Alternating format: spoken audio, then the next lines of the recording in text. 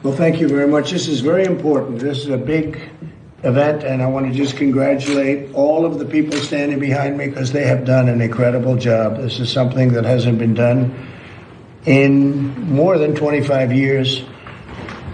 Just a few moments ago, I hosted a very special call with two friends, Prime Minister Benjamin Netanyahu of Israel and Crown Prince Mohammed bin Zayed of the United Arab Emirates, where they agreed to finalize a historical peace agreement. Everybody said this would be impossible. And as you know, Mohammed is one of the great leaders of the Middle East. After 49 years, Israel and the United Arab Emirates will fully normalize their diplomatic relations. They will exchange embassies and ambassadors and begin cooperation across the board and on a broad range of areas, including tourism, education, healthcare, trade, and security. This is a truly historic moment.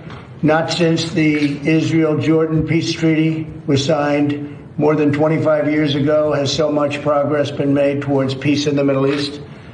By uniting two of America's closest and most capable partners in the region, something which said could not be done, this deal is a significant step towards building a more peaceful, secure, and prosperous Middle East.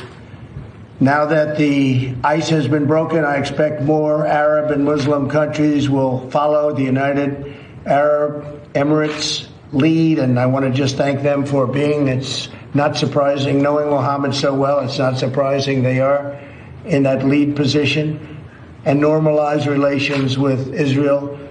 We are already discussing this with other nations, very powerful, very good nations, and people that want to see peace in the Middle East. So you will probably see others of these, but this is the first one in more than 25 years. This deal will allow much greater access to Muslims from throughout the world to visit the many historic sites in Israel, which the Muslims want to see very badly and have wanted to see for many, many decades, and to peacefully pray at the Al-Aqsa Mosque, which is a very special place for them.